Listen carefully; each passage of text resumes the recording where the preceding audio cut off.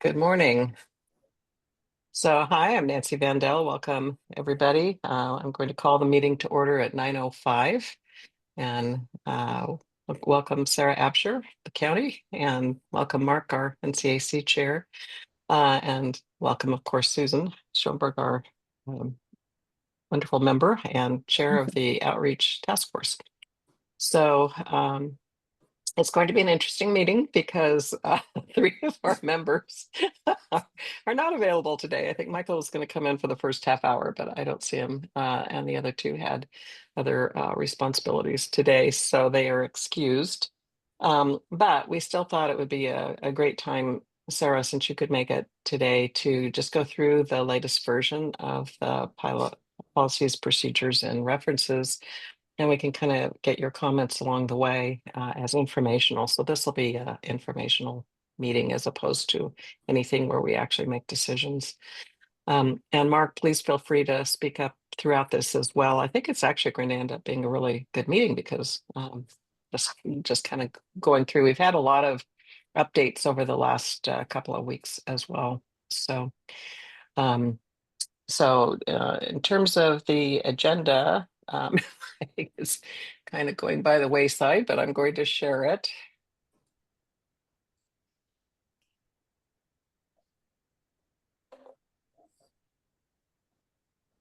And hopefully everybody's been able to get into the meeting folder and look at everything. So we'll do our Sarah and uh, Susan and I will do our conflict of interest declarations, et cetera. We're going to defer the minutes for until the next meeting. I have a brief report, and then Mark, you'll be on as chair for any comments you'd like to make or report. And then we're just going to dive into the policies, procedures, and references with the update. And Sarah, if you'd like to give a report ahead of time, you're welcome to do that as well. Do a brief feedback session planning and summarize. So the agenda shows all of these different meetings coming up, including our first feedback sessions, and we'll go through the calendar, which is the latest version of the feedback sessions schedule is also in our meeting folder. So are there any comments or changes on the agenda? Other than this is going to be an informational meeting.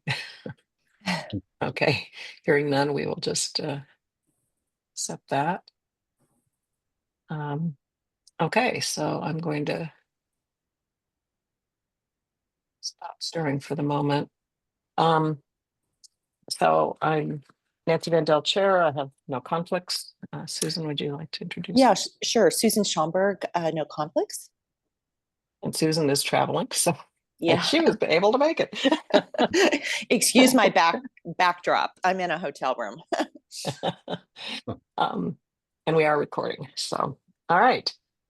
So I just want to report that Sarah and I did meet via Teams last Tuesday this week, and thank you so much, Sarah. So we were able to go over a lot of the questions that uh, we've been compiling and gotten quite a bit of good information. So we'll go through some of that as we go through the PP&R, and then I think Sarah is going to be consulting with the county council on some of it, but I don't know if she's had a chance to do that yet. Probably, I'm guessing not, but you'll be able to speak up. We have a executive board meeting coming up this next Wednesday, and I was just planning to give a brief update on the policies, procedures, and references, and report on. The executive board approved our feedback session schedule at the last meeting. We've had a couple of changes to that, so I wanted to go over those with them, get approval. But otherwise, I think it should be okay. So I think at the last meeting I reported that one of the things that had come up, and also Mark discussed it, was a request for the NCAC to send out some informational material and also have them at our next membership meeting on the road project. As it turned out, RAN has pulled that and they're going to be promoting that separately. So that's not an issue at the moment. But it does still make this part about working with outside organizations really important.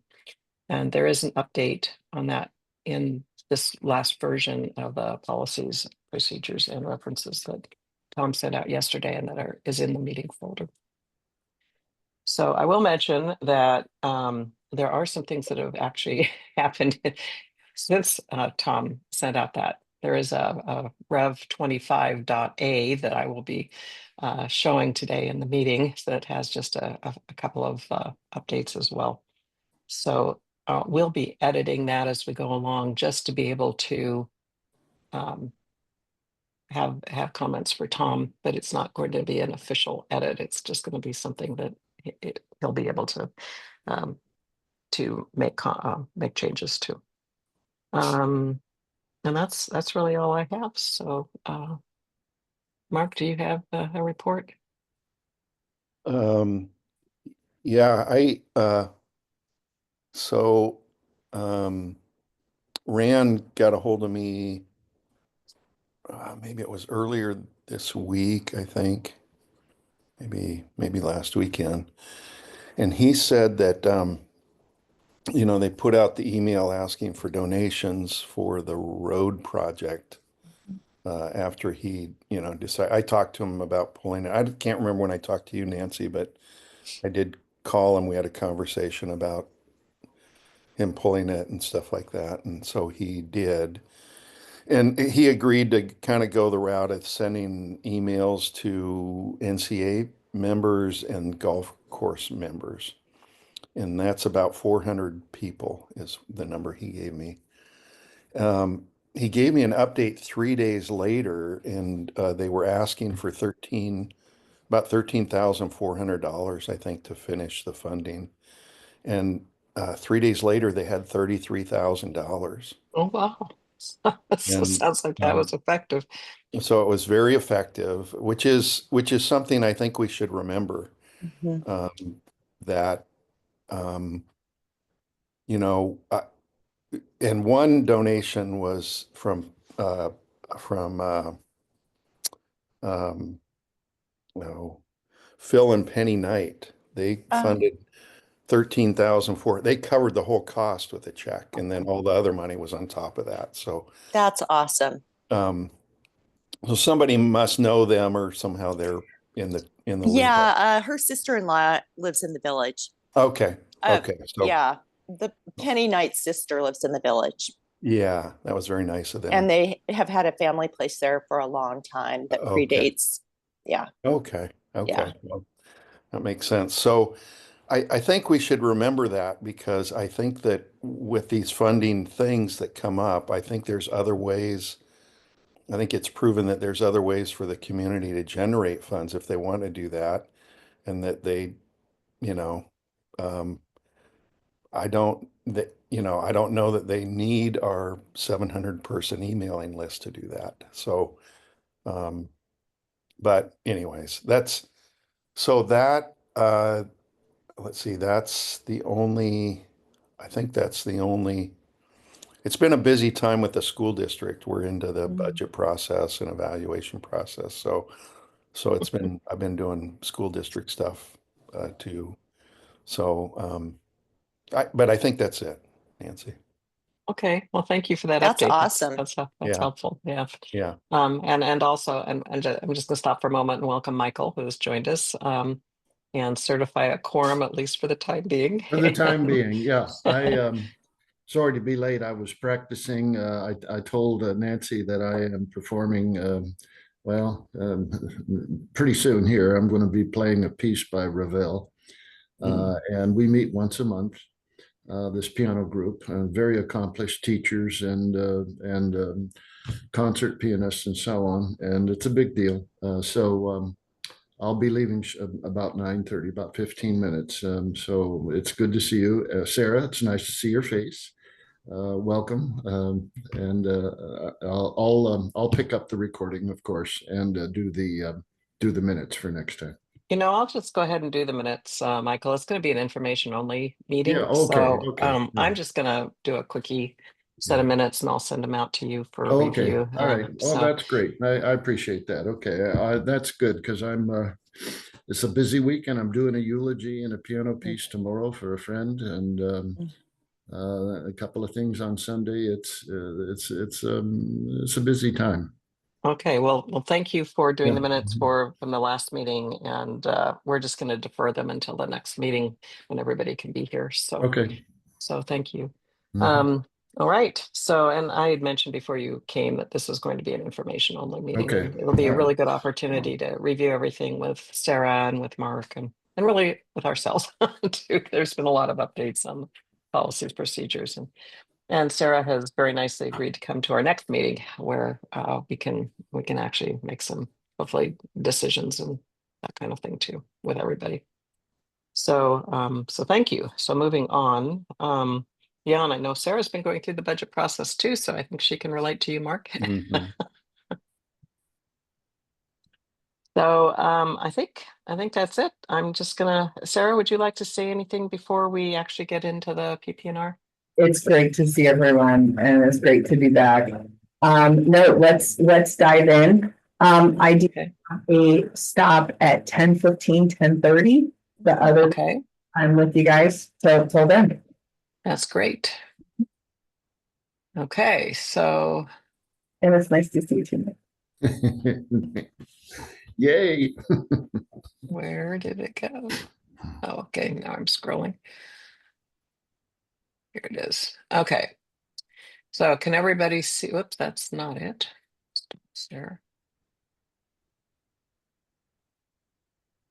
So I was really trying to clear off my desktop so I would be able to Oh, yeah, find right. this easily. That's an oxymoron. You've seen my desktop. Mhm. There it is. I thought I'd gotten it. Oh, I see. I did get it. It's just it was going to a different spot. Okay, so now I've got it. Can everybody see this? This is actually 25A. I mentioned we are. Okay, so when this is all done, we'll be able to, because of what Tom's doing with the table of contents, we'll be able to actually skip to these different areas. But basically, we're just going to start from scratch here and just say that the document is divided into three section policies that talk about the overall kind of broad-based information about, I think he even defines it up here, that policies are directive statements of guidelines that may not be actually specifically addressed in the bylaws. There's something related to something in the bylaws, but it goes further into more things, and they're more philosophy than instructions. And this is from our great editor, Tom, and serve as a reference for decisions. Procedures are instructive statements to facilitate the functions and operations of the NCAC. So you may see something that's in the policies and then another section with the same topic and the procedures that spell out a little more information. And then references is something we kind of added. You always hear about policies and procedures, but we decided to add references for things that just give us more information. So those are at the end. So as you can see, under policies, we have at the moment 18 policies. I think we'll probably still have some more going forward. And then we have procedures in the next session. There are at the moment 16 different sets of procedures. And then we have references at the end. So the kind of things that goes into references are contact information for executive board members that we will. And so one of the things we put in the policies is that we can actually update the references section without needing to go to the membership for approval. These are all things that aren't really decisions. It's just more information. Um, and that kind of thing, except for the map. The map is also in here. So are there any questions about the difference between them? Okay, so under policies, we started out with a statement of values. This is something Wyatt had largely written back when we did the bylaws, and we had it as kind of a preface to the bylaws. And we thought as a committee that it would be nice to actually put those values into the beginning as policy 1. And then Tom went through and related the different values into different policies. And so we feel like this one's pretty important. We're not going to spend a lot of time on it today, but we really like it as an introduction. That, you know, as the NCAC is, we're going to be transparent. We're going to follow Oregon public meeting law. Everything, you know, is open to people. And so some of the policies related to that are OPML. Policy 2 is access to NCAC records. Policy 3 is conflicts of interest. We've spent quite a bit of time on writing up some more definitions of what isn't a conflict and giving resources for that if an executive board member has a question. Policy 4 is records requests, and procedure 3 then is meeting minutes requirements. Inclusiveness and participation, we really value being neutral and respectful and allowing all of our members to be able to voice their input and opinion. So we have a number of policies and one procedure and references related to that. Fairness and equity, all activities of the committee shall be conducted without undue influence, clearly defined and equitable processes. So you'll see actually some duplication of some of the different policies that relate to several of these values. And then respect, that meetings will be conducted in a respectful manner and all of that. So I'm not going to go through it in detail, but okay, so getting into policy 2 is access to NCAC records.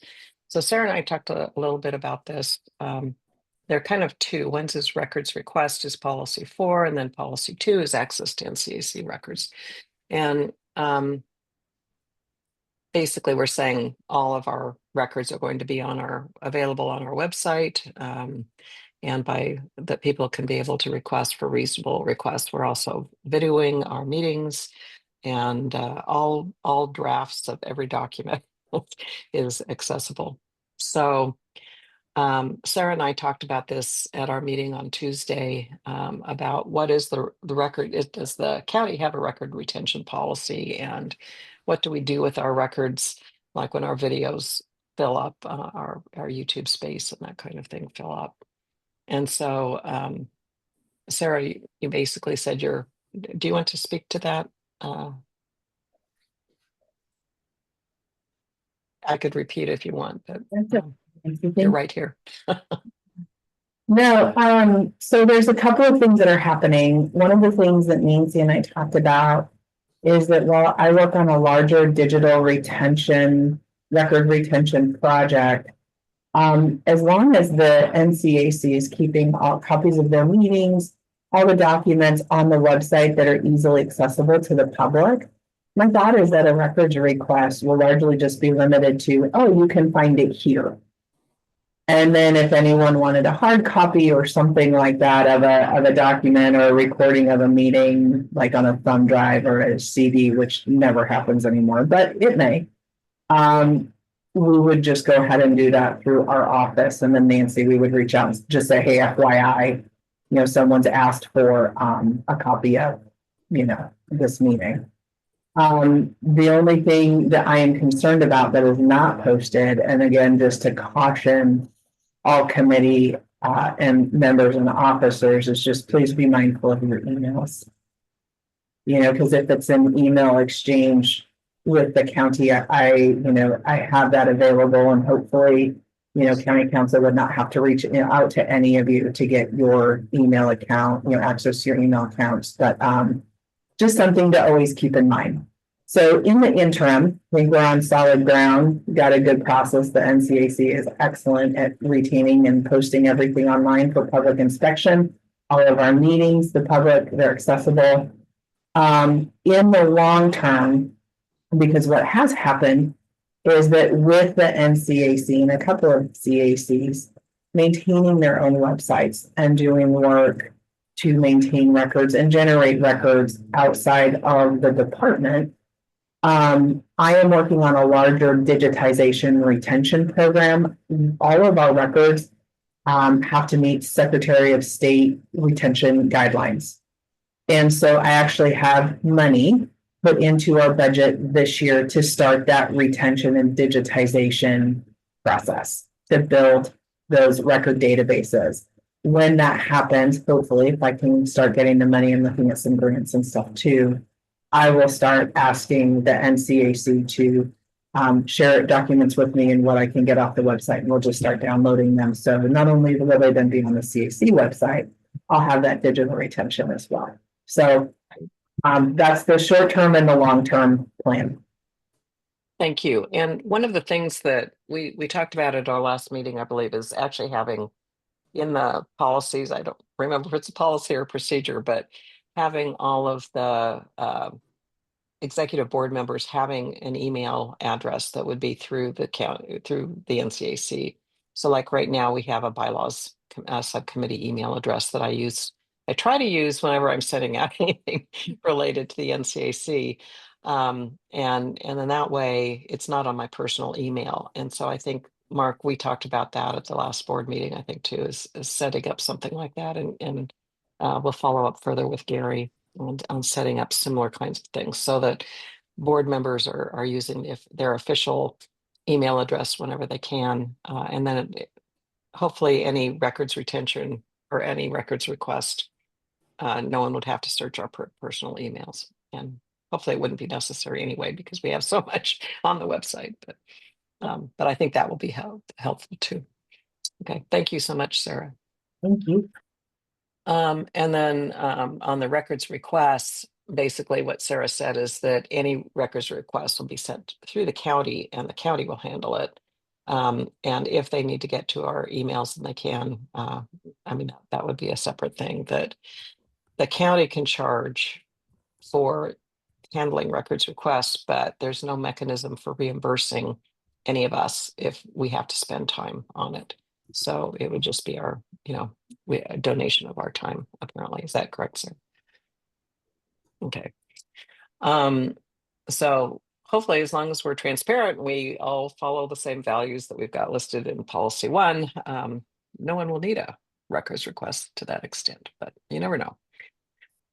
So conflict of interest is a policy and a procedure and a reference. And conflicts of interest so policy 3, conflicts of interest can really have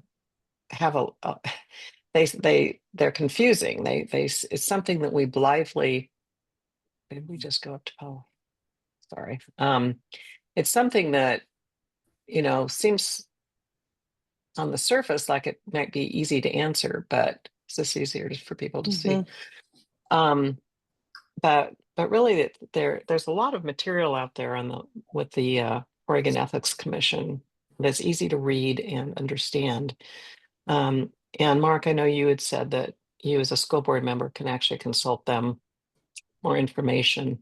And I did ask Sarah about that. She said that if anyone with the NCAC has a question about conflict, they should go to her, and she'll be happy to get the resources necessary. So we'll be adjusting that in here. But basically, we do affirmatively declare at the beginning of any meeting whether we have a conflict. And Michael, can you declare your conflict even though? Oh, I have no conflict whatsoever. Thank you. Just to get you on the record. Yes, right. So there's some really interesting information about it. But basically, what we're saying is that any persons elected to positions of the NCAC or a member of the executive board shall affirmatively declare at the beginning of any meeting the specific nature of any conflicts of interest as defined in our bylaws in 2 different sections. But no conflict is deemed to exist where the person voting on a question before the committee has a bias which does not rise to the level of a conflict of interest as defined in the bylaws. So we have more information through the Oregon Ethics Commission. So let me just see where the procedure that goes with that is. It's 16. See if it'll take me there.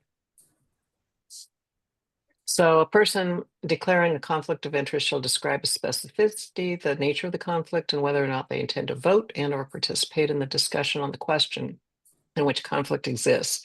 If they decide to participate and or vote, they shall state the justification for this, and questions from the membership shall be permitted by the chair. So basically, it's up to the individual to state it. But then when we go down into references, there's this handy dandy document from the Oregon Ethics Commission, and also we have other references. So the Oregon Ethics Commission, a guide for public officials, is a really nice document that we have a link to.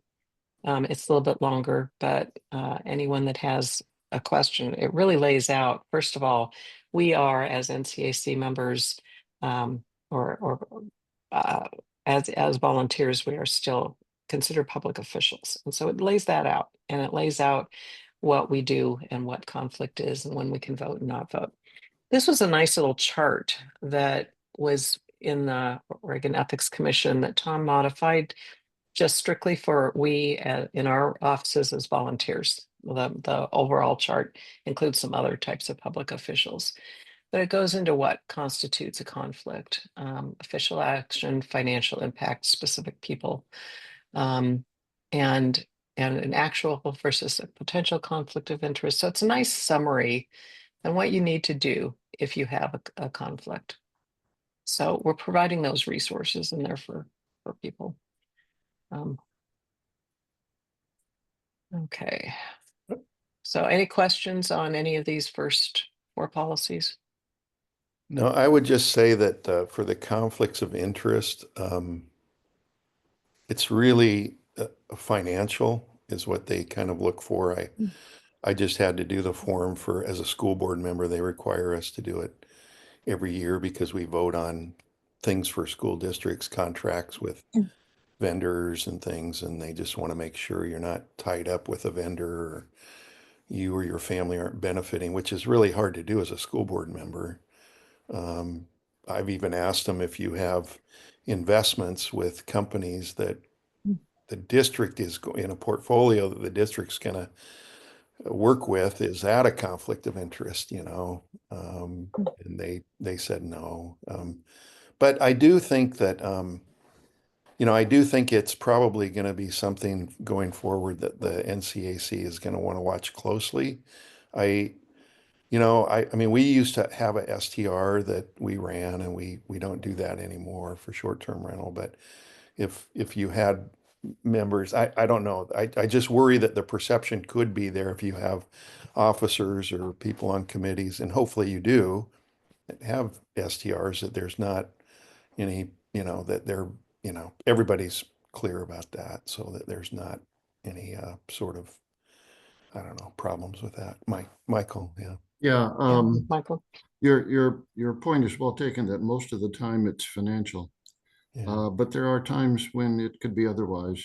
Yeah. For example, if I belong to an outside group and the values or the intents of that outside group are in conflict with the NCAC actions and so on, that's a conflict of interest, and it needs to be clarified and so on. So it's you're right. It's something we need to maintain a focus on because it could be outside of financial interests.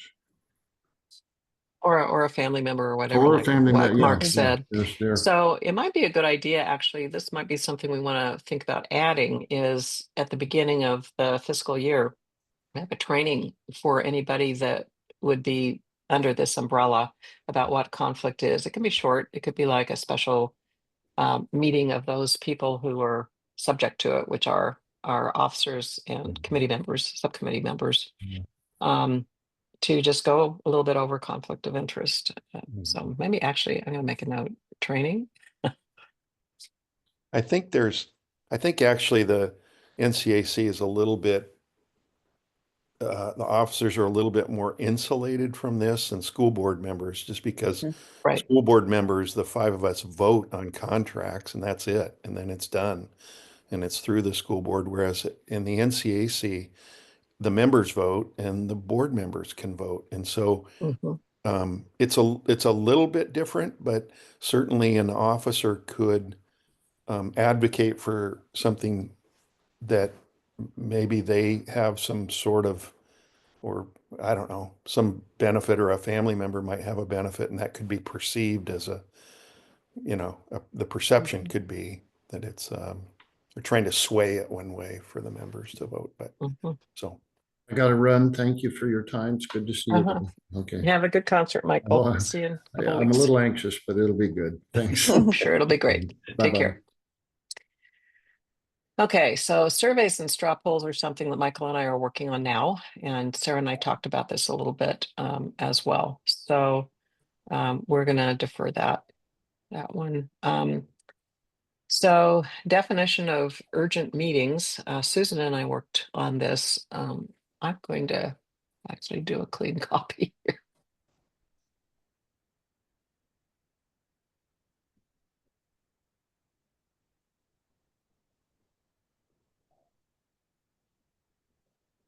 Nope, it's actually. Okay. All right. So where are we? Make it a little easier to read here. Mhm. Do you want to go through this, Susan? I'll put you on the spot. Oh, sure. So let's see. We basically wanted to define what an urgent meeting was, because at times people worried that it might overlap with emergency response matters. So we've given some examples here. Let's see here.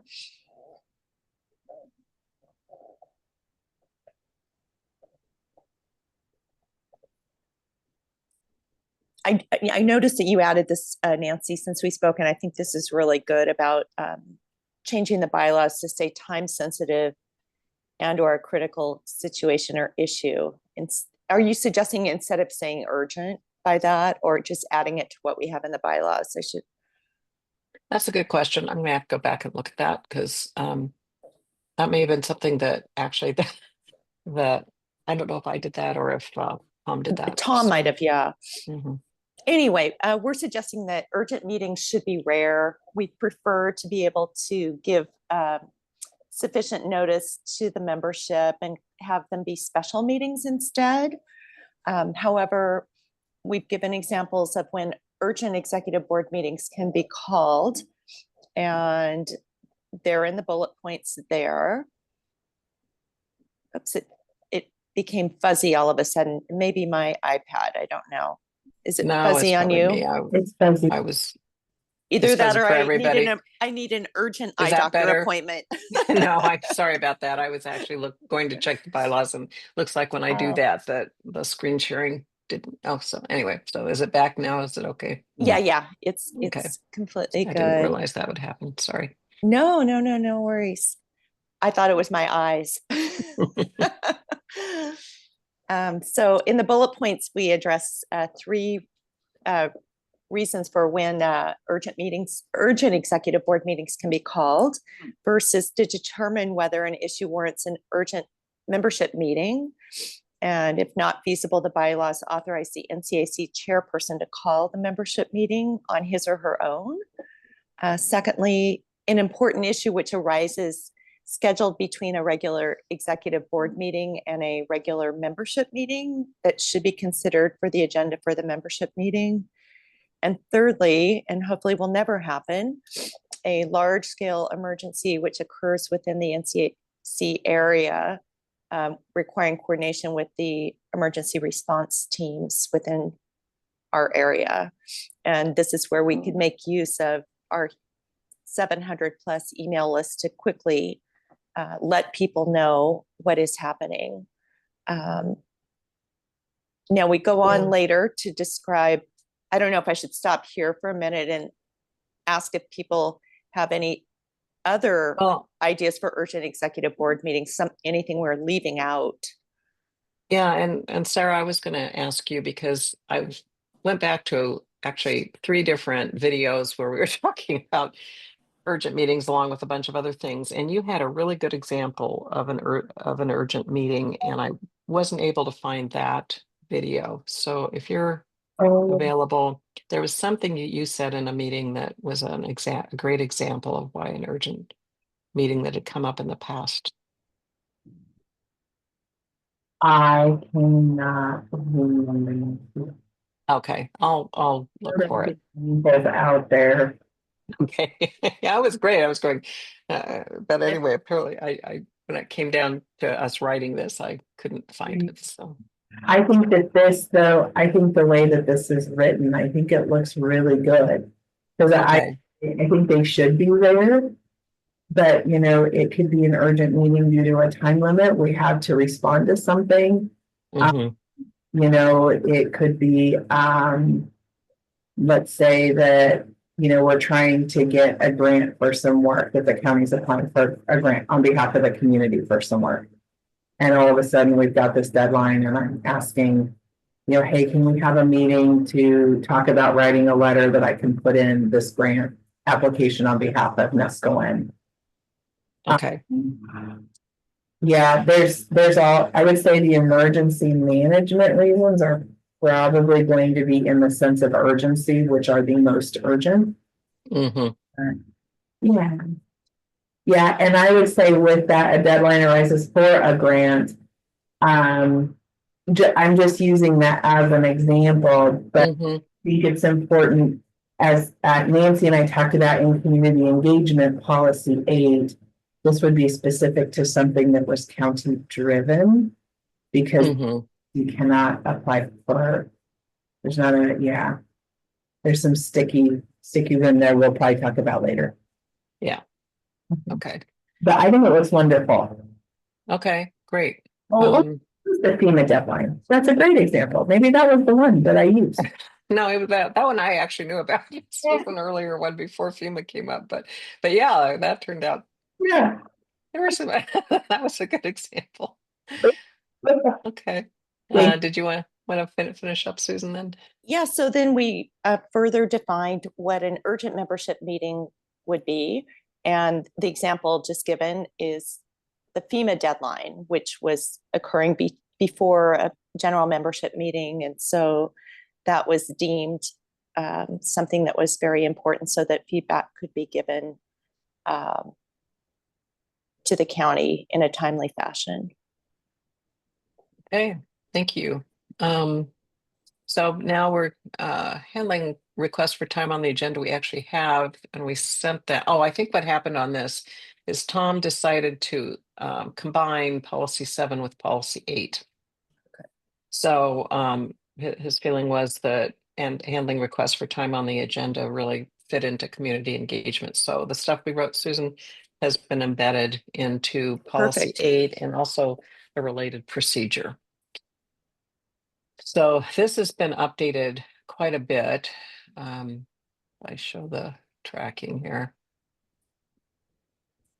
You can see a lot of this is new since the last meeting. And it's taken out some of the other things, and then part of it has been moved to, there's a new procedure related to it.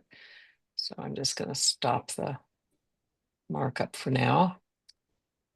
And so we talked about some of this in the last meeting, and Mark, I know you had, this has been a real priority for you, understandably so, because you were the one who's getting a lot of these requests.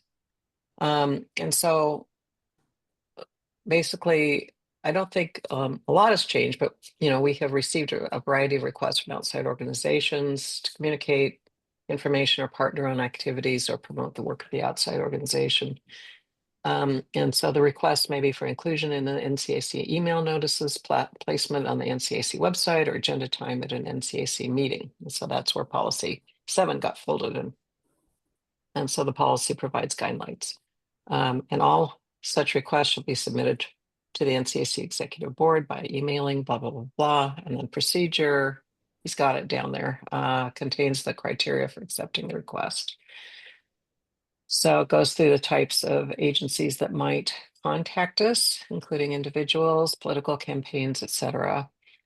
And so when Sarah and I talked about this the other day, she pointed out it really, since we're an arm of the county, the request should fall within the mission of the NCAC and of Tillamook County, and is brought forward in time to be within the NCAC notice requirements. That the executive board may allow the request to be added to the appropriate communication. Now, I do know the bylaws will authorize the chair to make that determination if there's not an executive board meeting in time, but usually there should be, because it's supposed to be requested at least 14 days before a membership meeting. In the case of an agenda item, the amount of time allotted should be specified by the executive board. If a motion from the floor is anticipated, the wording of the proposed motion shall be included on the agenda. They'll just make it.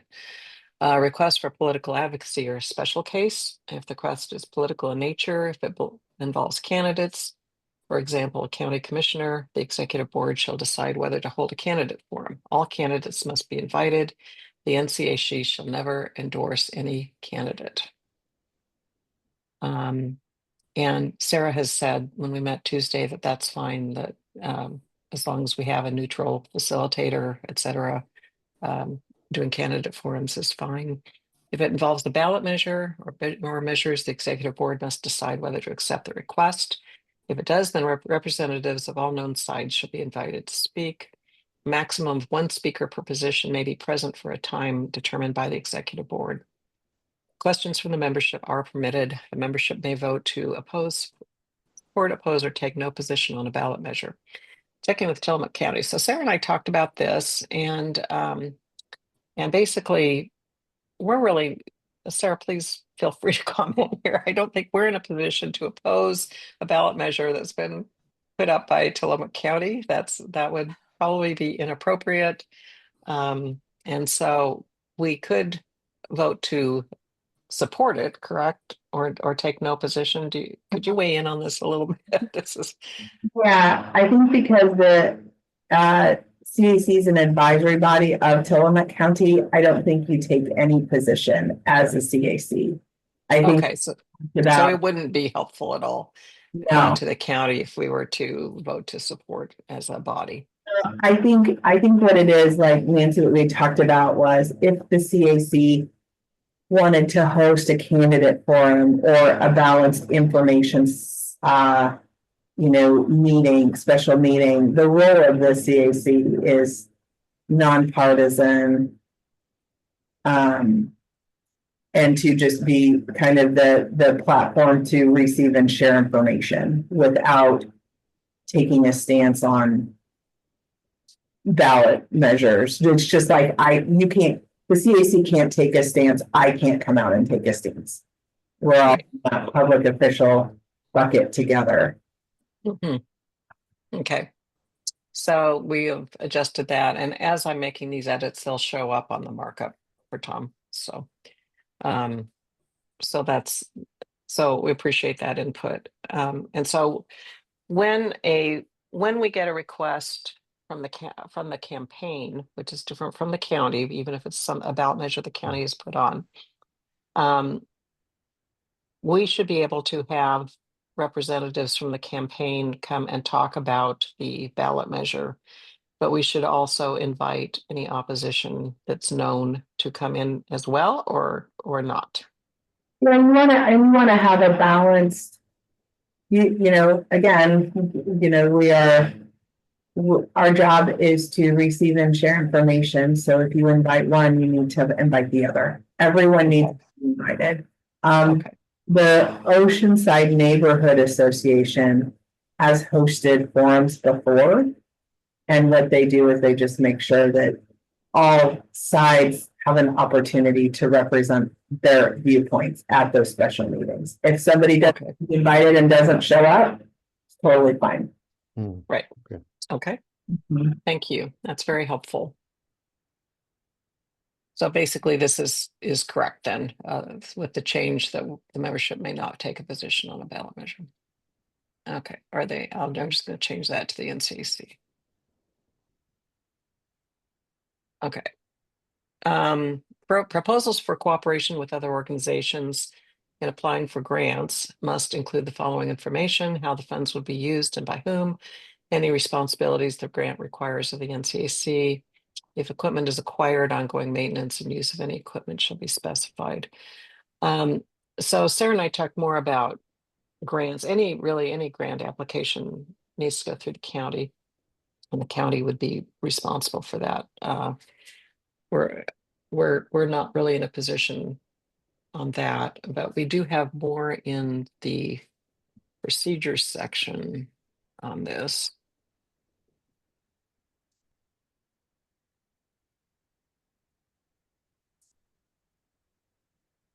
Community engagement. So this gives more information about, we're back in policy. To procedures. And this is brand new.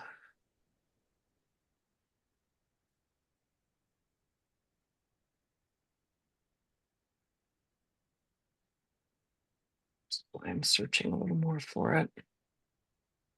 Basically what Tom did is break what we had in one thing into these two sections.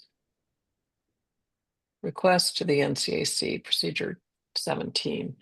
So this takes a lot of the original information here and puts it in. The consideration with a request to partner with another entity. It has these different questions that Wyatt and I wrote about what should be considered with these requests to partner.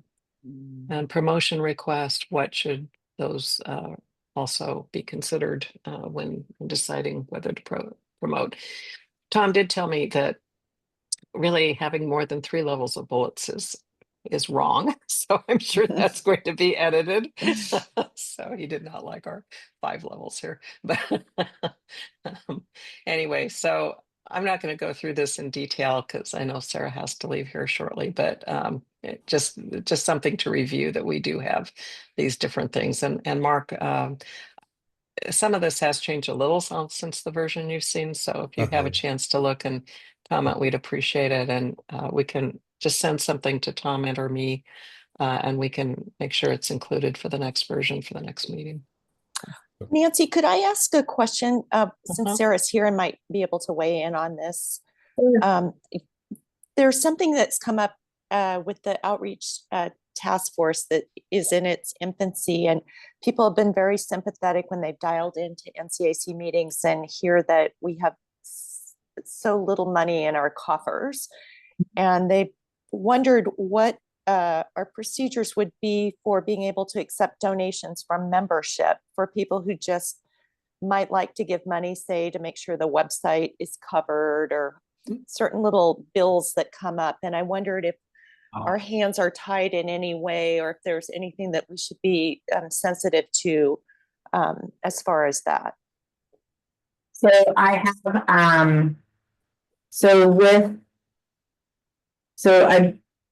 so the fundraising is something that is not, for donations, is not something the county would support because of the auditing and the use of funds not being tracked.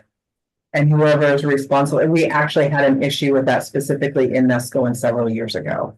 Oh, because I know we've had some officers and general members from time to time who, just written checks off their personal checkbook. Yes. So what I have built specifically into the budget is to reimburse the CACs. So getting just the specific receipt from the person who paid with the invoice purchase for a Zoom account and web maintenance. Okay.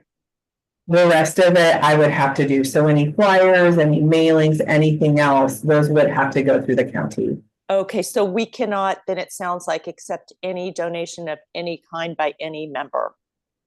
Technically, no, because then as an advisory body, with that accounting and auditing through, you know, our county government. Yeah, no, there's a lot to that the county is not comfortable with. There have been issues in the past. I would say, like, you know, the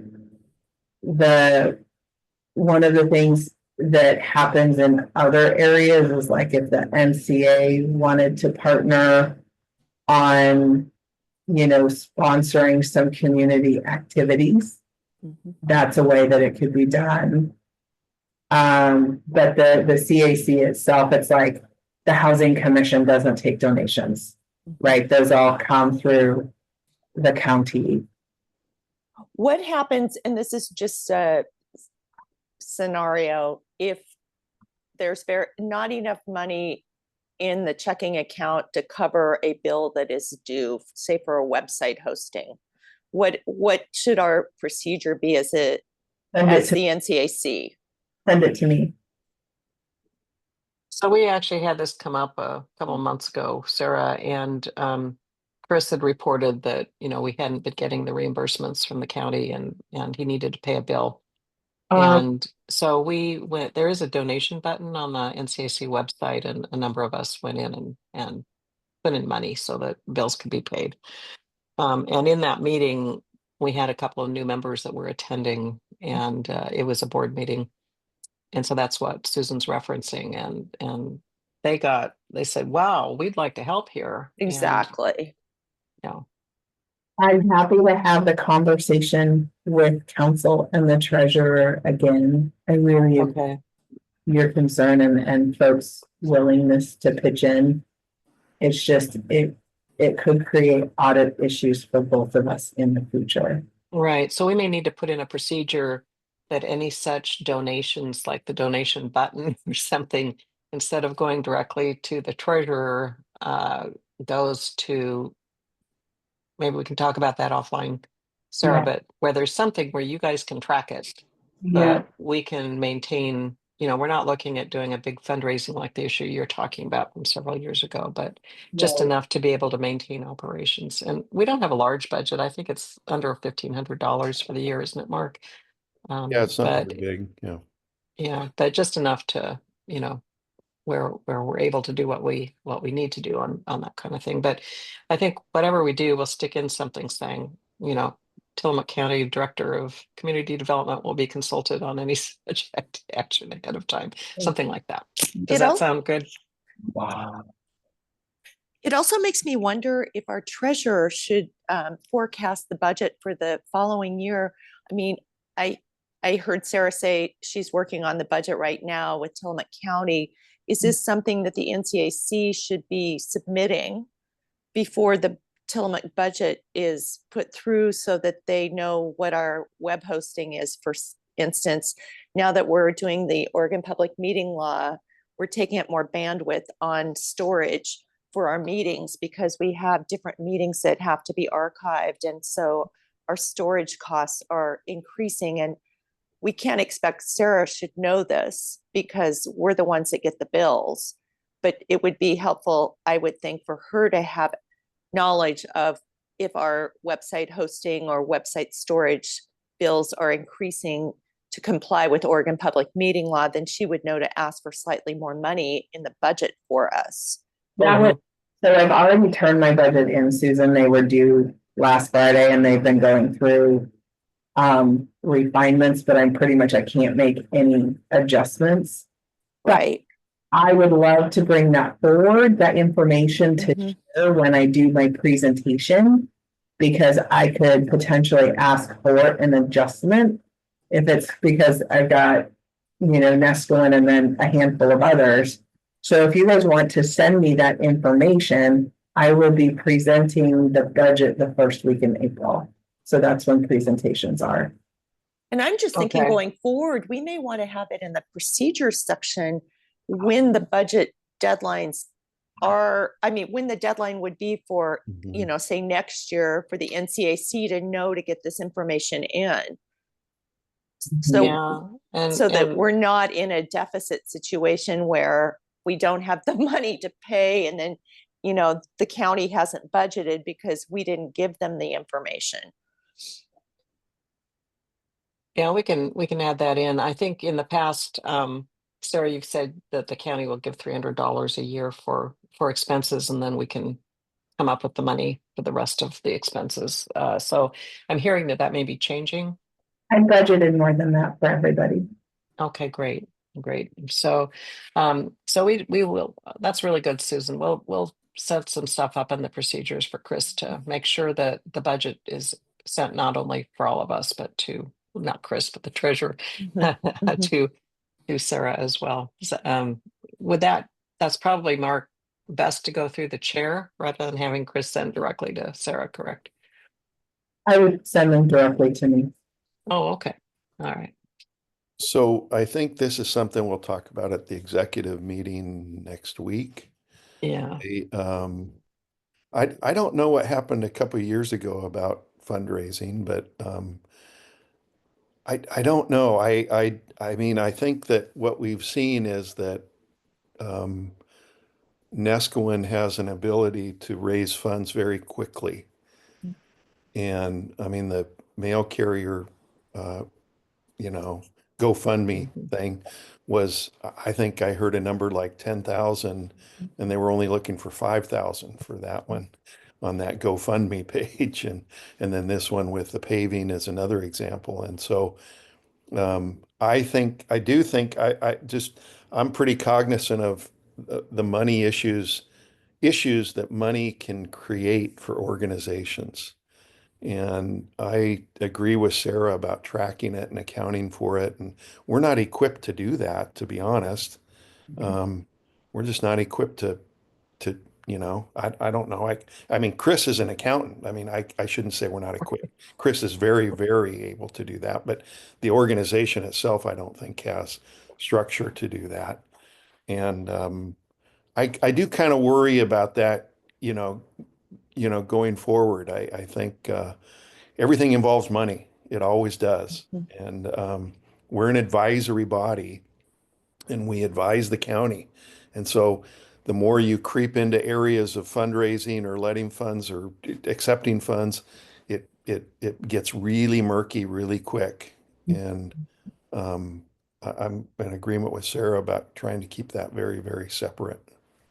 So we'll do some updated drafts on specifically on fundraising. That's actually on my list for that Okay. policy, and Okay. submit that for discussion at our next meeting. Yeah. I'll try to Okay. get that done within the next week, and then submit them almost separately because it's kind of an important thing. Okay. So thank you, Susan, for bringing that topic up, and to Mark and Sarah for your input. I am aware of the situation that happened several years ago, and that was really to raise funds for something that conflicted with the county mission and the Oh, county decisions. And uh, so, and I think it was actually taken outside of the NCAC at one point. Is that correct, Sarah? Um, I'm going to say it ended up being taken out, but that situation was what called a meeting with all of the CACs to consider whether or not they continue to operate. It was pretty ugly. oh, okay. So The, yeah, the lawsuits and litigation and all kinds of things that folded into that. Okay. So I would, yeah, it's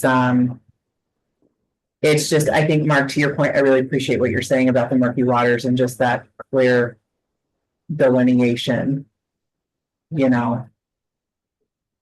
yeah. I So I do worry about just being able to pay the bills though. I think we have to have an avenue. I mean, Susan's really right on with just having a way of being able to keep the lights on and everything functioning for the NCAC. That's all I think we would ever want is to be able to do that. And so we do get short on funds. And so like Susan said, maybe submitting a budget to you ahead of time and the county allocating the funds, and then we know that we can just function. So we don't have to, people don't have to send checks or feel compelled to send checks in. yeah, so I that's really good input, and I'll try to delineate that in a procedure and adjust the policy and send that to you guys ahead of time for for review and comment also, and then we can talk about it at our next meeting. But this is really helpful information. Mhm. So be cognizant of Sarah's time. I'm just going to move us on. Public statements and positions that the NCAC shall only make statements or endorsements that are strictly within the purview of the NCAC mission and really and Tillamook County.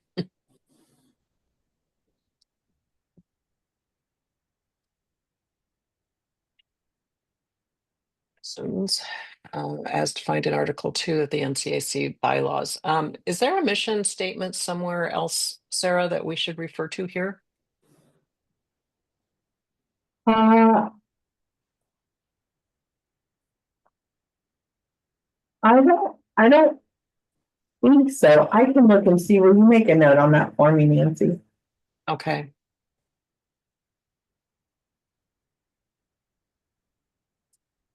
I'll do that because I know at a different point you had suggested that we also do that. So anyway, I'm highlighting that. Okay.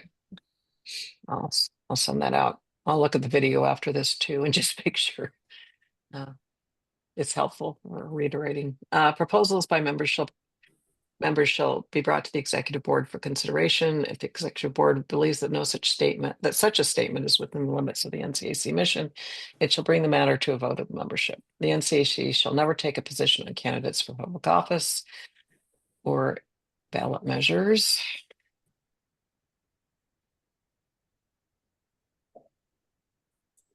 In making recommendations to government bodies, the NCAC shall present both majority and of any available minority reports, along with a representation of votes on all debate and discussion issues.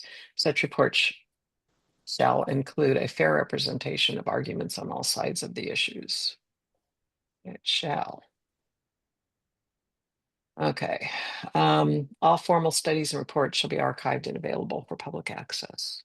So does that sound okay? I think we may have a procedure on that, but I'm not sure. Okay. It's also in the bylaws about making these kinds of reports. In the bylaws, I think we must have a procedure here too, because in the bylaws, it's actually pretty specific about timing and that kind of thing. We just about outreach communications will active. So this is basically Susan, this is your area, and Susan wrote this.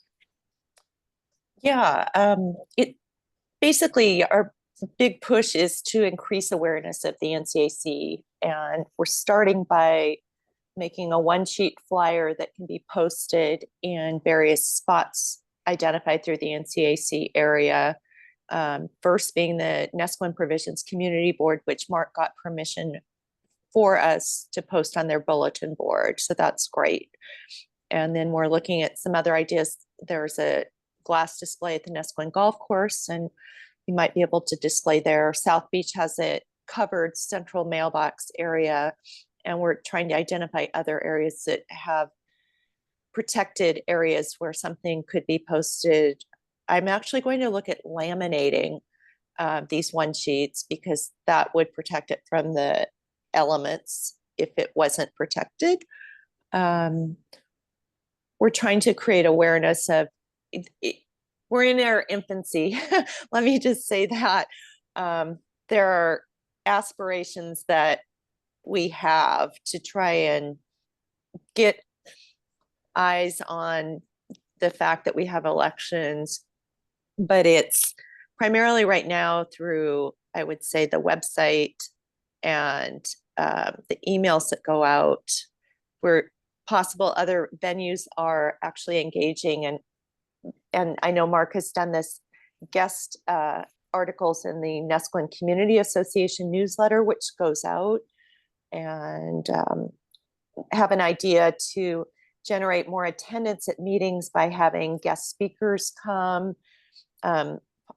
Possibly as the bears start to come out of hibernation would be an obvious example to invite the biologists to come and educate us about bears and garbage cans, et cetera, et cetera. So in a nutshell, that's kind of it for right now. So that might be a good idea for the April meeting. Are you going to be coming to the board meetings, Susan, to talk on What Wednesday? date? I have to look and see if with my schedule what date that is and the time. I will if I'm available for sure. Okay. But It's Wednesday at 1. this coming Wednesday. Mm-hmm. Anyway, we can talk offline Yeah, about yeah. that. But Susan's done a great job. She's now, at least unofficially, a subcommittee of 4. So I think that'll be, hopefully, those people will be appointed at the executive board meeting on Wednesday also. Hopefully that'll be on the agenda. But yeah, so definition of honor system for voting. That the chairperson of the NCAC or chairperson of the subcommittee shall state the membership qualifications before any formal vote or a series of vote. So we have a statement later in policies that Mark can read before a vote, and I think we've talked about that quite a bit. It's kind of a nice thing about it. This is on the honor system, and more information is in the procedures. But I'm going to move along because I know you have to leave, Sarah. Membership registration and privacy policy. We do want to go ahead and set up an annual registration of our membership, and then also have something on the website where people who are new to the NCAC can register for the first time, that just captures how they qualify as a member, their first and last names, etc. And that it'll be really simple. Hopefully it's going to be through Zoom, something that makes it really simple. So this is for you, Sarah. Subject to Oregon public meeting law, member names and membership qualification will be public, but all other contact information will be confidential. So this is kind of consistent with what we had been reading about on public meeting law and what you had weighed in on in our bylaws discussion, but we just want to be able to check with you. And then member votes will be private unless a roll call vote is authorized, which is how we left the bylaws. So does this sound okay to you? Yeah, we don't have anyone else keeping a publicly accessible roster of names. Mm-hmm. There's been some uncomfortability about that. Okay. So Um, you think that we wouldn't have to actually make that public under OPMO? and maybe upon request, Okay. but I would say posting is, yeah, I need to talk, yeah, let me talk to Bill about that. So will you send me a Yes. version of this when you guys are, Yes. yeah, thank you. Will do. Okay. And even if I like the public upon request, and we could say it's just member names and membership qualification. We wouldn't have to divulge anything else about someone, right? So it would be like they're a member because they own property, or they're a member because they are renting, or they're a resident or something like that. It would be very brief, but that'll be more in the procedures section too. Yes, we'll send that to you. And then parliamentarian is just a little more information about the parliamentarian. I'm just going to keep moving on. Minutes. Basically, we're saying all NCAC membership and subcommittee meetings will be documented through video recordings, documents discussed at the meeting, and written minutes, all of which will be preserved in the NCAC archives. And then we have written minutes procedures in procedure 2. So that's something that we have had to emphasize with various with the various entities, that yes, minutes are required in addition to videos. They can be brief, but they're described in the procedure. So I'm going to draft this, and the policy 15, the grant applications and fundraising, based on our discussion today, which is really helpful. The monitoring task force, Susan's also been taking the lead on, working with Guy, who had suggested this. He's doing a lot of these monitoring himself and suggested having a group that could take on some of these different responsibilities. And so we have a procedure on this, or actually it's in the references, I guess, isn't it, Susan, with a full list of what we should be able to monitor. And there's one report more back. that we need to add in, which is the Oregon State University Marine Department, based on our encounters with the elephant seal. I think that would be a good one to add as well. Yeah. And so you're sending that to Tom, right? Yeah. And I'm going to kind of cut you off because Sarah's having to leave. But basically, this is a list of the things that Susan's worked really hard on with Guy. So Sarah, when you have a chance, maybe look at the references section and see if you have any comments. And then periodically, if we see something that's worth bringing up to the county or to the membership, then we would, this task force, which has not actually been put in place yet, would do that. Okay. That sound okay? Okay.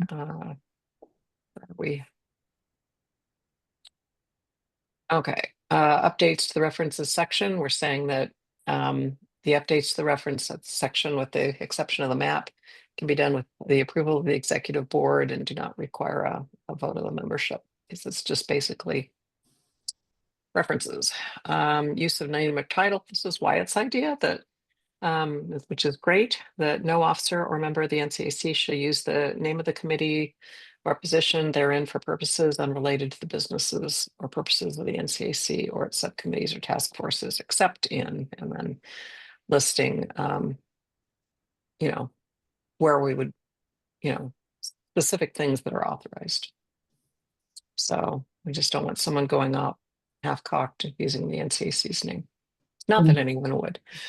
So information only meetings, Susan and I came up with this. This may be something we're going to need to change the bylaws on and add it as a, and somewhere along the way, I was watching these videos and we had information only meetings as one of the categories of types of meetings in the bylaws, and then it was removed around version 14. And so I don't know why. And so I need to ask Tom why it was removed if he remembers, but at least in the policies, we are allowed to have information only meetings that do not require a quorum. And that's kind of the main gist of it. And so like today, we can still meet, we just can't make decisions, even though we don't have a quorum. That's basically what it's saying. So, and so there's the note that should we add a fourth type of meeting to the bylaws? Okay, and so that's the end of the policies. The procedures, we've got more information on the honor system. And you know, here's the statement that Mark would read. And Mark's had a chance to look at this. So it's a fairly short statement. Voting on this ballot will be on the honor system. I don't think ballot. Voting on this motion. Okay, will be on the honor system. Only people who qualify as members of the NCAC are eligible to vote. Members are defined as adults who reside in, own property, and own a business in the Nesquin area. If you do not qualify as a member, please do not vote. If you are unsure if you qualify, please use this chat to ask about your status. So it's nice and short and sweet. And then we can, I think we had talked about actually putting in more information or a link on the agenda for people to check for more information. Oregon Public Meeting Law, basically, we're under it. We will operate under it. Here's what should be included in minutes. We might need to add informational meetings to that. I just noticed. Where? The first bullet, the kind of meeting, regular, special, or urgent, or informational. Are we under procedure? Oh, procedure 3, bullet 1. Yeah, you're probably right.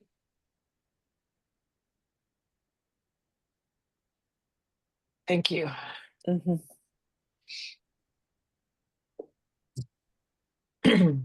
Okay. And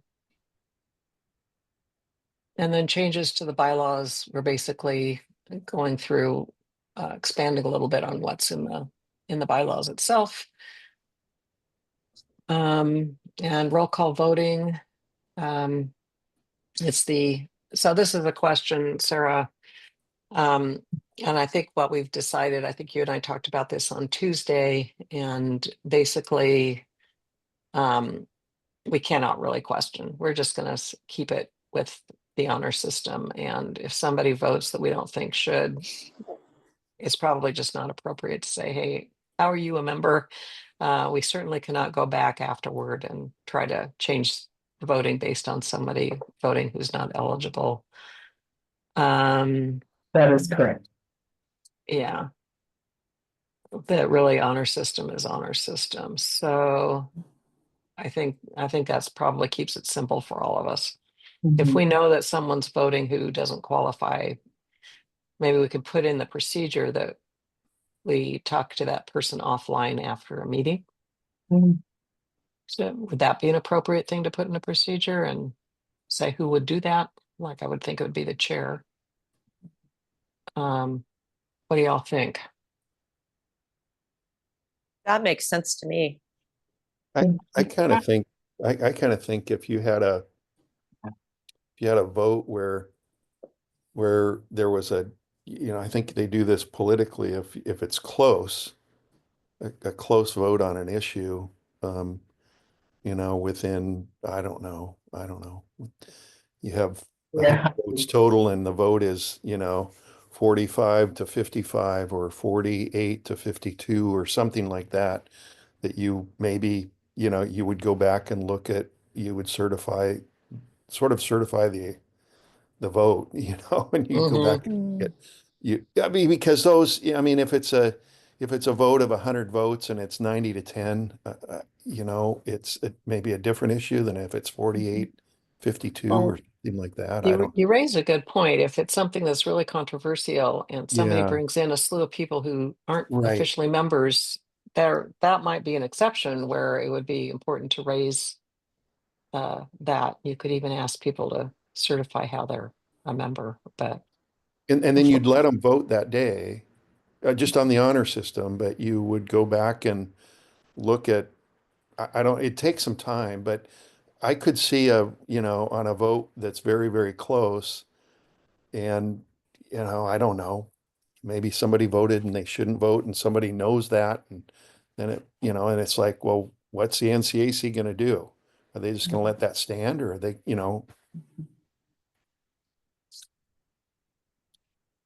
um, I think too of the phone, sometimes people call in with just a phone number and you don't have an idea who actually is behind that phone number Mhm. mhm. unless they say something. You Yeah.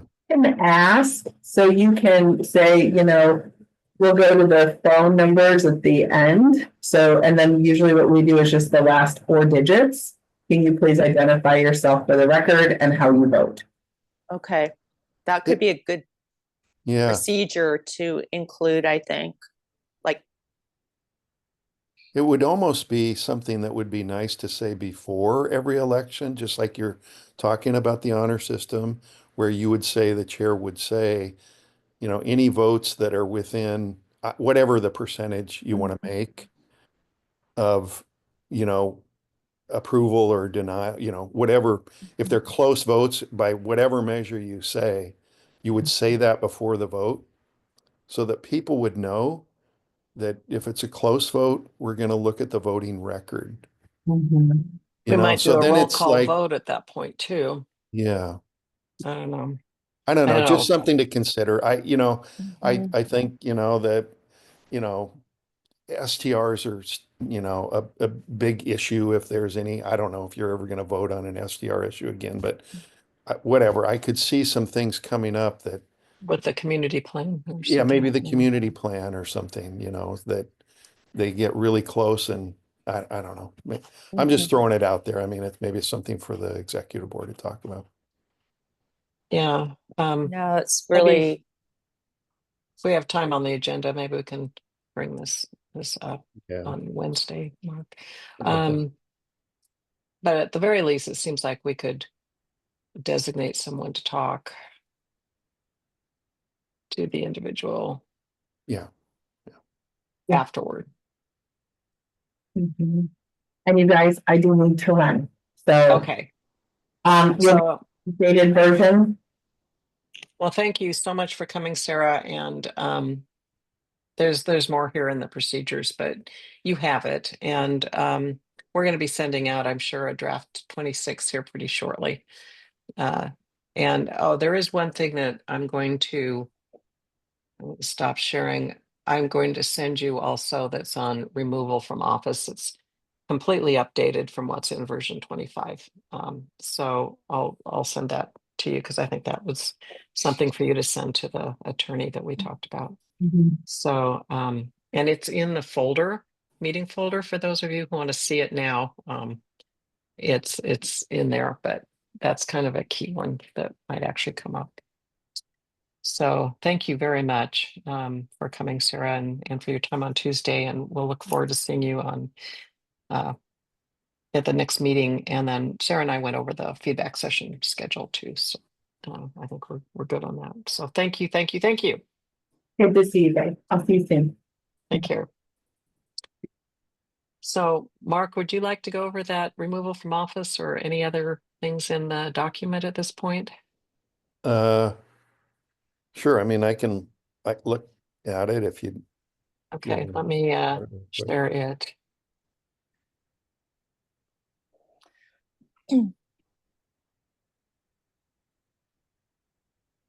Okay.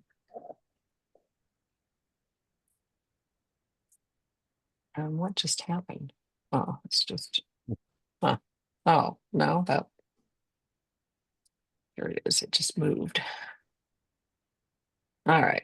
So can you see procedure 7 on the screen? Yeah, yes, I can. Okay. So Oh, I Wyatt and can't see it for some reason. Oh, you can't. Huh. Can, it may be my iPad being in a hotel, but usually I can see it shared docs. Both of you can see it though? I can see it. but- Okay, I'll just listen. Oh, okay. Okay. It's also in the meeting folder.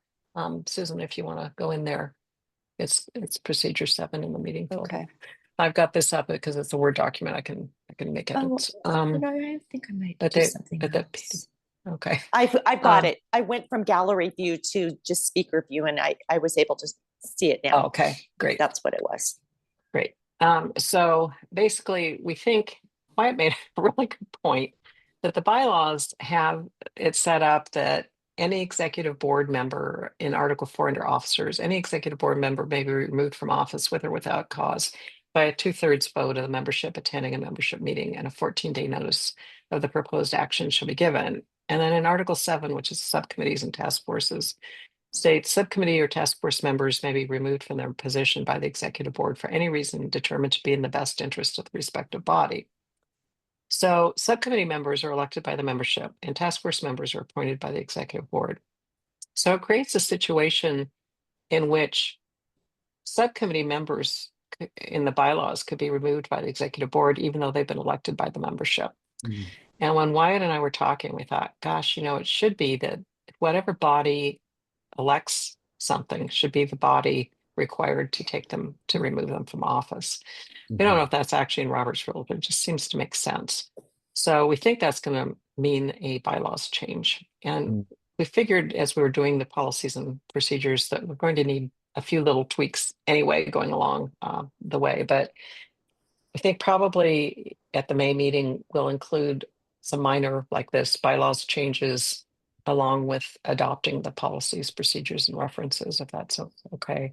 So what Mhm. we're proposing is to leave Article 4, the officer section, the same, but then amend the subcommittee section, Article 7, to say subcommittee or task force members may be removed from their position by resignation or by the respective body that elected or appointed them, parentheses, the membership or executive board, and parentheses, for any reason determined to be in the best interests of the NCAC. As task force chairpersons are members of the executive board, their removal would require a membership approval. Even though they're appointed by the executive board, we figure it should be a little harder to remove them anyway as a chair. So they're kind of a special case. Mhm. And then, so that would kind of create that, get rid of that little problem. And then the actual procedure then on removing would be for elected positions that they would be taken, they would be removed, therefore, by resignation or pursuant to a vote of the members in adherence to the following procedure. So 2 options exist for submitting a removal motion to the membership. One is that the executive board might adopt a motion to recommend removal of the elected member during a properly noticed and agendized executive board meeting. The removal motion would be presented, debated, and voted on at the next regular or special membership meeting. So it would be kind of initiated by the executive board, although somebody could go to the executive board and ask them to take this on. We haven't actually said who would do it. Like in the case of a task force or in case of a subcommittee, would a subcommittee chair, there's someone who is attending subcommittee meetings or is disruptive or whatever, would a subcommittee chair bring that to the executive board? Or if a member like the chair is a problem with, could a member bring it to the executive board? We're not really delineating that really. I don't know that it's necessary to say who would do it, but the executive board could go ahead and adopt that motion. And if it ends up being something where this is for elected positions, it would have to go to the membership, then it would go as a motion from the executive board to the membership. The other option is somebody comes to a membership meeting and makes a motion to remove a person. That would be an executive, an elected person, subcommittee member or member of the executive board. At that point, if there's a second on that motion, then it would be postponed at that point by the chair and referred to the executive board. And it would be, but that there, if it's, it would be brought up again at the next membership meeting. So there might be a two-month delay, right, between membership meetings, but there would be no action taken at that membership meeting, whereas there would be if it were an executive board motion. And that gives some time to try to figure out what's going on and then bring it forward. But a member would have the ability to do that. If it's an appointed position, persons appointed to a task force or other position not elected by the membership may be removed by the executive board with proper notice to both the subject and the membership. Suspension, yeah, this is why it's idea in an emergency. The subject of the motion may be suspended by a vote of the executive board. The normal procedure to remove the individual would follow expeditiously. So it's possible, it's not like we have funding issues or whatever. There's something that where it just can't wait, that this gives an option for just a suspension. So, and then procedures for all of those different possibilities would be to notice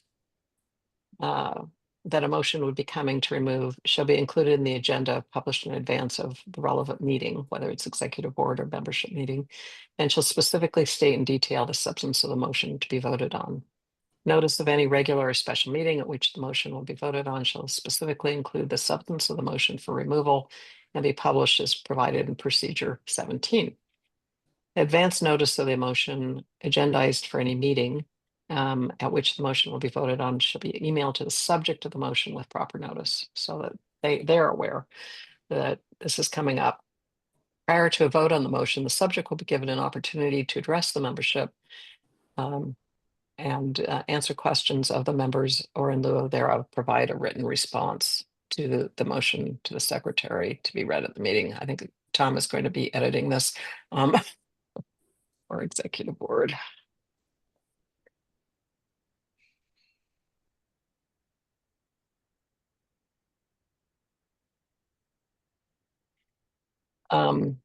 So basically, we're putting some provisions to allow the person who is the subject of this to be able to argue back or be able to go and hear what the concerns are and discuss.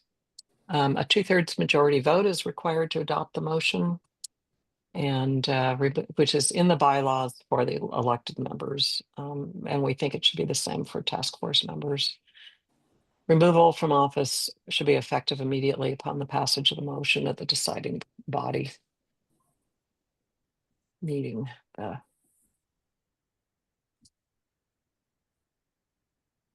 Helps to read these things. And then consultation, the Tillamook County Community Development Director should be consulted by any action before any action above is taken. So Sarah agreed with that one. So, and then under procedures, it's pretty simple. Meeting notices as specified in Article 5, Section 8 of the NCC bylaws shall include the meeting date, time, agenda, and electronic meeting link, and if a hybrid meeting, the physical location. And this is not related actually to removing somebody is just anybody.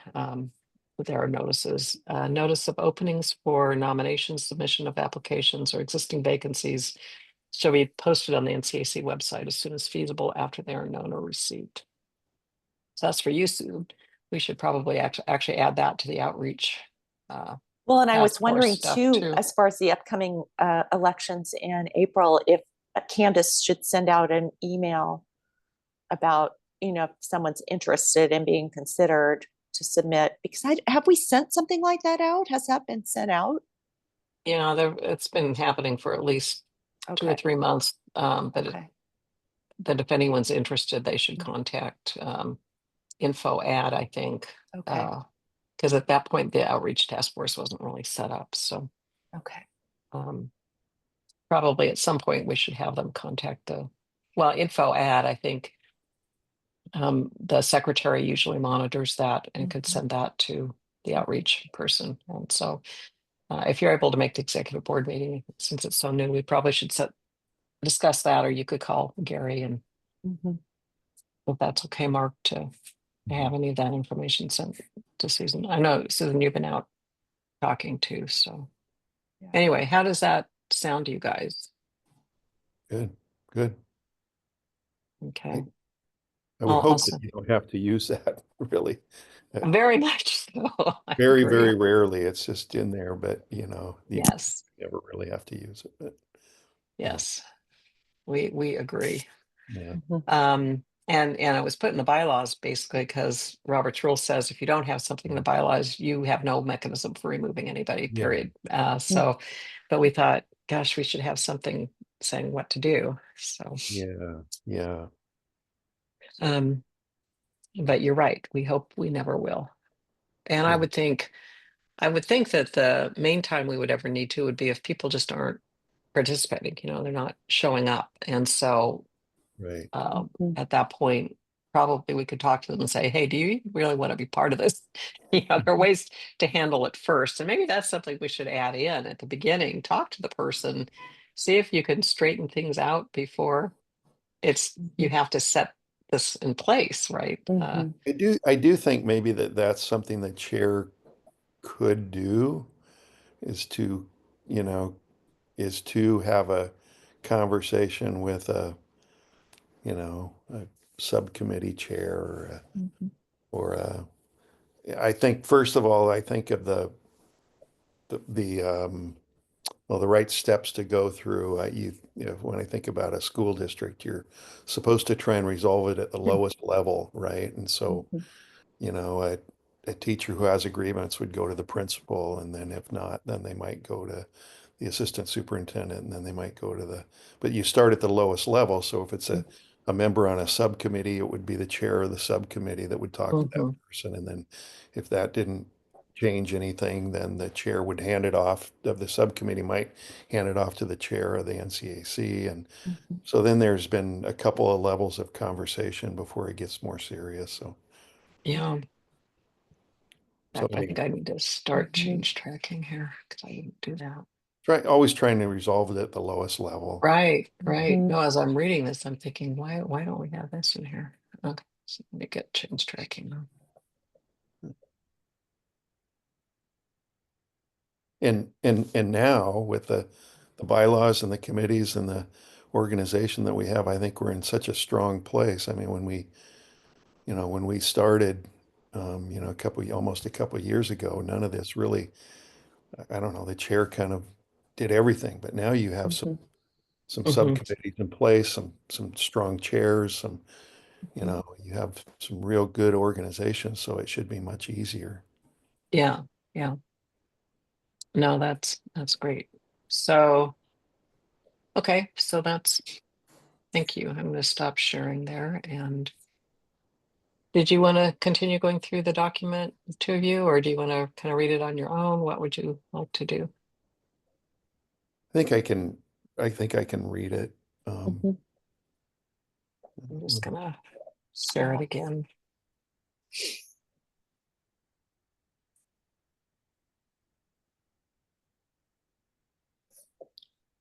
Off on a tangent, I learned that the elephant seal pup was stabbed Oh, no. Yeah, that's why it was taken out of Nest One and put somewhere else. And Oh. I don't know that it's being made public, but I just wanted you guys to know that.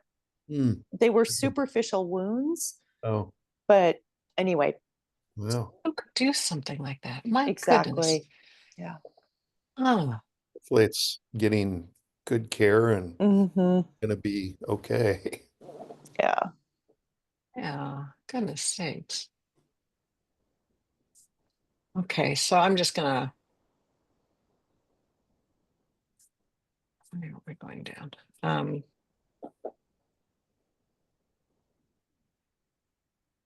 Let's see, did this get put in? So I sent this to Tom, but he didn't get it in, so I'm gonna have to remind him. We do have a whole thing on standard meeting times and places. hmm. So I can probably pull that up.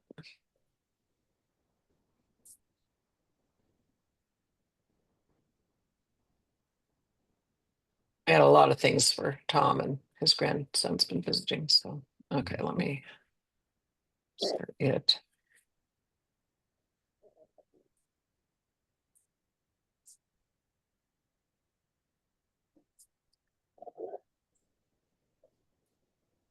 Okay, so basically for regular membership meetings, the bylaws specifies the meeting date for regular membership meetings. This procedure sets the meeting time at 10 a.m.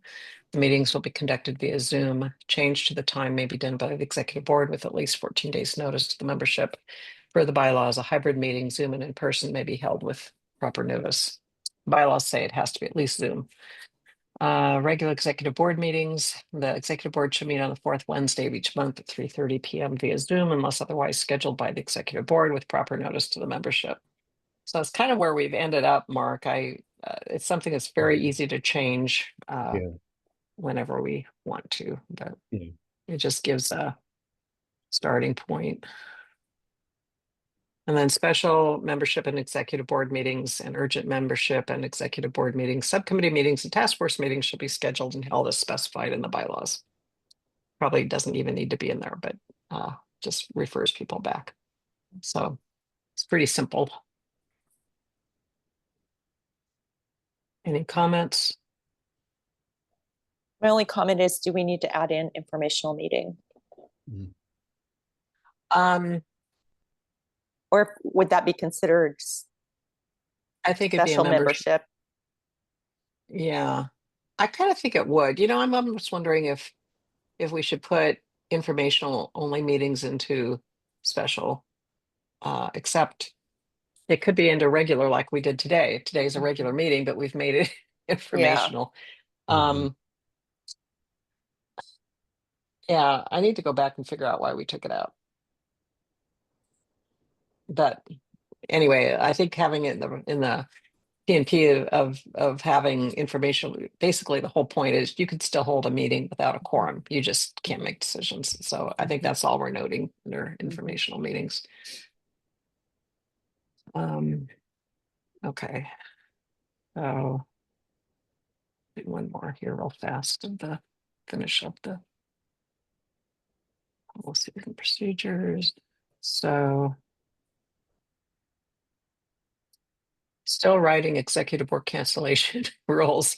I'm thinking it really should be canceling any meeting, not just executive board. So I'm still writing that. And I'll try to do that before Wednesday. But basically, I think it's going to be pretty simple also. Just, if we don't have enough business to discuss or we don't have a quorum or whatever, we can cancel with as much notice as possible. But you can also cancel a meeting the day of if you don't have enough members showing up. So, but I'll put something really brief together on that. So I don't know, for the executive board meeting, Mark, if we could maybe be allotted about 20 minutes For, for the P and P discussion. yeah, I think I was tardy. I sent it to Candace this morning. Oh, I, okay. I got up and I said, Candace, I'm tardy about sending the agenda for the Wednesday meeting. and she said she did post it today.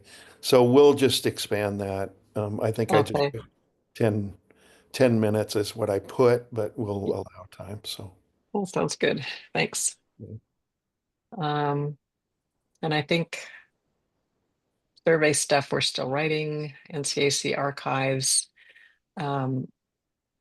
We actually wrote that. That didn't get put in either, so.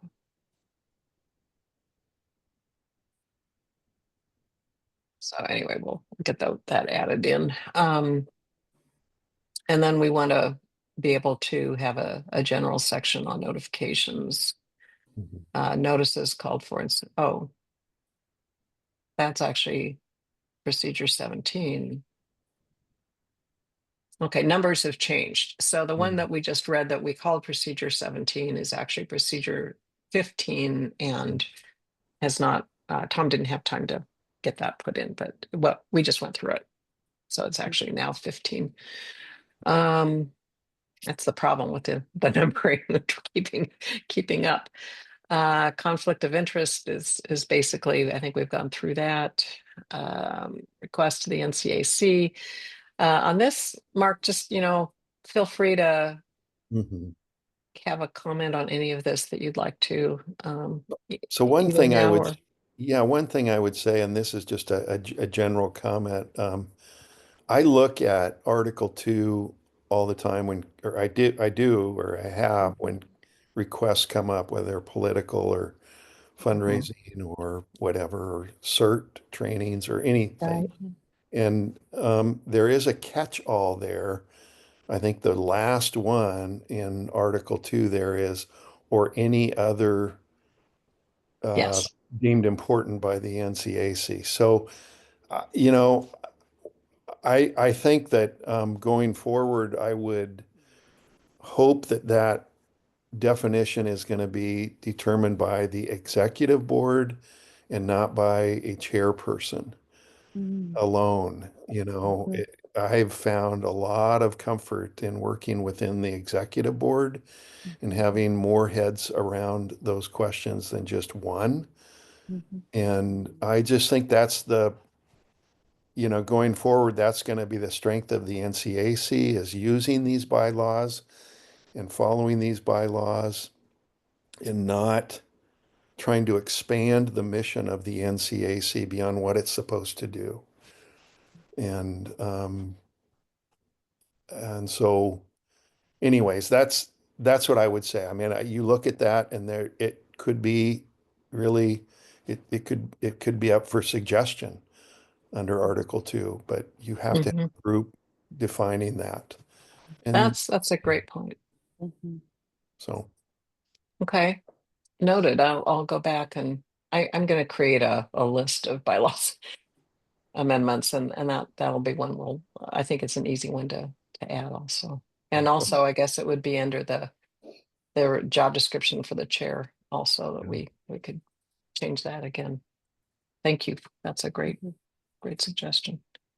Um, any other, I mean, a lot of this, I think Tom just kind of moved it in from what we had before, which I'm glad to see is still in here. And I think we will be doing some editing of the bullets. He's been tied up this time, but Mhm.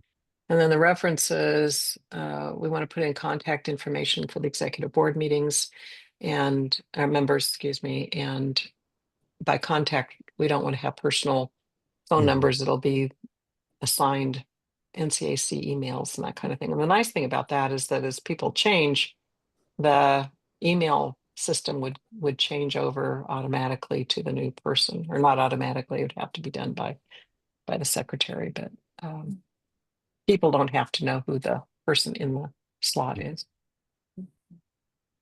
And then Susan's done a remarkable job here with the Yeah, monitoring task force that's information, great. getting all Yeah. that together. There's We so just much need to get there. a chair. Yeah. So just need to find somebody to chair it and people to staff it. Yeah. But if somebody takes one or two things, it Mhm. might be worth, I mean, there's a lot going on in the April meeting, but maybe under the chair's report, Mark, you could talk about this outreach task force and just show this and show that there are all these just different opportunities here, and for people to talk to Guy or Susan if they have any questions about it, because I think Guy would really like to offload a lot of this.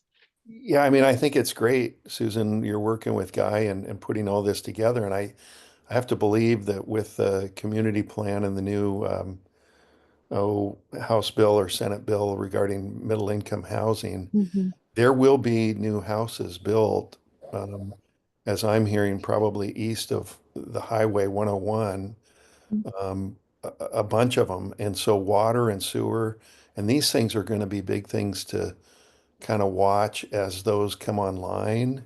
And there might be more questions. And so, I think this is a time really to, soon to get this task force going to kind of monitor that stuff as this development happens in the next 4 to 5 years.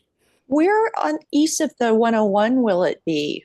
Do you know? Oh, Susan, I think it's, where the gallery is there. Yeah, I think it's up in the hills above that kind of. okay. Above There's, the Schlichtings? yeah, I believe so. Yeah, I believe so. And um, so that's, um, how do I just going to some of the community plan meetings. yeah, yeah. That's what they're talking about is open space for middle income housing and Hmm. these, um, not pods, but these 4 to 5 small unit Mhm. complexes with Mhm. common space and parking. I mean, it Hmm. just sounds great, but yeah, over the years, Nesquin's going to grow in terms of capacity, and all Yeah, of these things are going to be really important to kind of follow, and so they'll be much more to the forefront, I think, of current residents as well. yeah, definitely like the water capacity, Yeah, pumping water uphill and right, right, sewer. right. Yeah, For all those sure. things. There'll be some questions about that. Yeah, So yeah, having somebody monitor it and report it to the membership periodically would just be great. yeah. So Yeah. And then where we just define which, Robert's Rules likes to be called Robert's Rules of Order newly revised. Currently it's the 12th edition, so we just specifying for now it's the 12th edition. Um, and then the map, and then we're adding this great thing that Tom did of the different neighborhoods. yeah. And that's really helpful. I've gone back and Oh, looked yeah. at this a number of times. Mhm. Really helpful. And then job descriptions, we're still writing. It's under me. My duties made some progress, but still need to do that. And then, yeah, so basically what Tom has done is move job descriptions into the references instead of. So I think if he's doing that, we can't make that something that is changeable by the executive board. I think that part needs to actually go back, either go back into the PNR or PP and JR or something. But that needs to be a membership change if we make a change, I would think. Or could you do it like the map and say that it's not changeable? Yeah, we could. We could just say job descriptions and the map or not.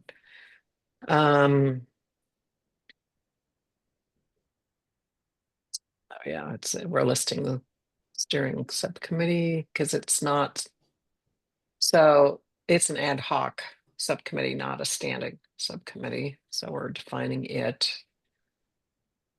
And then the reference on the conflict of interest stuff. So I think that's it. So I'm thinking that after we get this fleshed out a little more and before we go into feedback sessions, which are coming up, there will be some restructuring of it.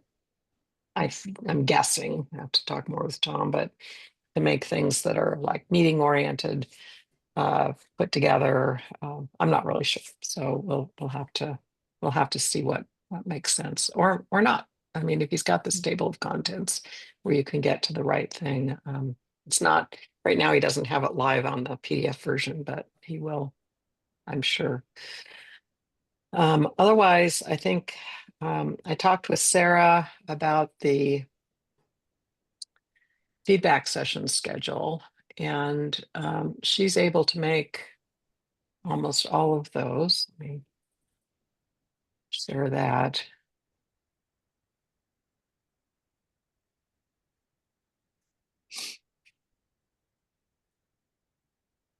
And she can't make the one on the 16th, but other than that, so I think what we'll do is try to schedule topics for the 16th that are not something that really involve her that much.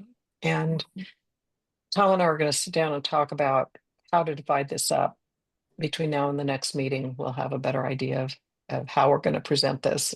I think it does make sense to take related procedures and present them at the same time that we're talking about the related policy. And there may be a group of procedures that are tied to multiple policies. We'll try to set it up in a logical way so we're not having to reinvent the wheel. If we talk about procedures and then later go back and talk about policies, then we're going to revisit the policies and then talk about procedures. We'd then have to probably revisit everything.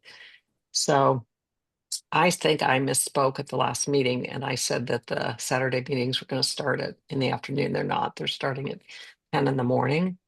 So I want to make sure that's on the record. All of that's up here at the top. But these are the dates.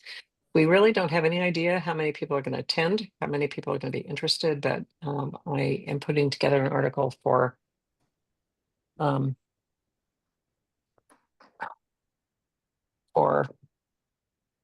person who sends out the emails that you just mentioned, Tom. Mark. Yeah, Candace. Candace, thank you. He's Celeste, it's Candace. And she knows it's coming to be able to talk about this feedback session schedule. So we may be able to get through it in 3 meetings. We may be able to do it in 5, but we have 8 kind of on the schedule if we need them. So I think that's really it. Any questions on the feedback session schedule? So at the next meeting, we will talk about, I think we have 2 more meetings before we actually start them, but we'll start talking about how we present. I'm suggesting that we do what we did with the bylaws feedback sessions, where different committee members, subcommittee members lead the discussion on and probably the ones who wrote them would lead the discussion on those areas, and then get feedback like we did before, and we'll put together some polls like we did last time to gather input. But we may not need them depending on how many people come. But I think at one point with Article 3, we had over 100 people attending these things. But as time went on, I think we got less interest. So hopefully it'll be easy. Any discussion on the feedback session stuff? I just have one observation. I looking at my calendar and it looks like our next bylaws meeting is April 4th on the Friday. And so we will only have one meeting before You the are feedback correct. starts. Yes, you're correct. Thank you. So we will have to have a lot of that knocked out. Mhm. And then we have the 16th. So there's some holes in there, and part of the holes were because of the community plan was, they were having their meetings to talk about the community plan. So we'll talk about this also on Wednesday to make sure that we're not conflicting with everything. But I think this is it. Are you able to attend these, Mark? Well, I'm in Spain. I'm Oh, that's right. overseas Yeah, for it was all of, Alex was going to make. Yeah, all of April, and so, that's right. I, but I'll see if I can make them. It's early in the morning, but I do get up early, so Susan, I'm saying that to you, and you're all over the place and on schedule, and you make all the meetings. So I feel like I should be able to make these meetings. No, but you know what? I'm on work and you're on vacation. That's a Well, big difference. Yes, I You know, agree. I it's think me, you can. myself, and I when I'm at work. Yeah. Well, anyways, Yeah. I'll see what I can do. If I can, I'd like to make at least the first couple, because I think that's, maybe, I don't know, maybe where you might have the most, or maybe you'll have more later as people talk about, I don't know. But, to be honest, Nancy, I think the committee has done such a nice job that I think people are pretty comfortable with the whole process, and they would come to learn and listen. And anyways, I think it'll go fine. Yeah. what I think. Thank you. Yeah, I think it will too. And thank you. And yes, I agree with Susan. Please enjoy your vacation. And I think we said actually the Saturday morning meetings so Alex could make them too. I think Yeah. he's going to step in for you. So Yeah. you can be totally worry free. Yeah. Yeah. Yeah. And the videos will be there too, so you could watch Yeah, those if okay. you get bored on in Spain. Yeah, in the middle of the night. Yeah. Yeah. Okay, well, I think that's really it. Mhm.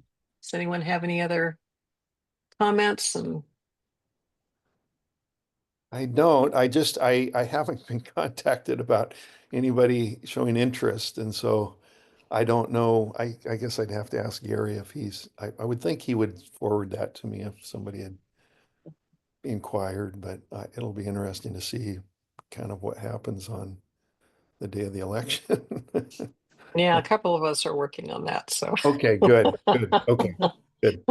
we don't have anything to report, but All right. I Well, good. know. I hope there's some good candidates, and I think well, yeah, there's go always ahead. you, Mark. But I think I would be open to working with a new chair through the year if they would want to do that. So, um, Okay, well, I'm going to adjourn the meeting okay, and stop sharing. okay. So meeting adjourned at 11:01, and thank you. And I'm going to, how do I stop recording here? I'll stop recording.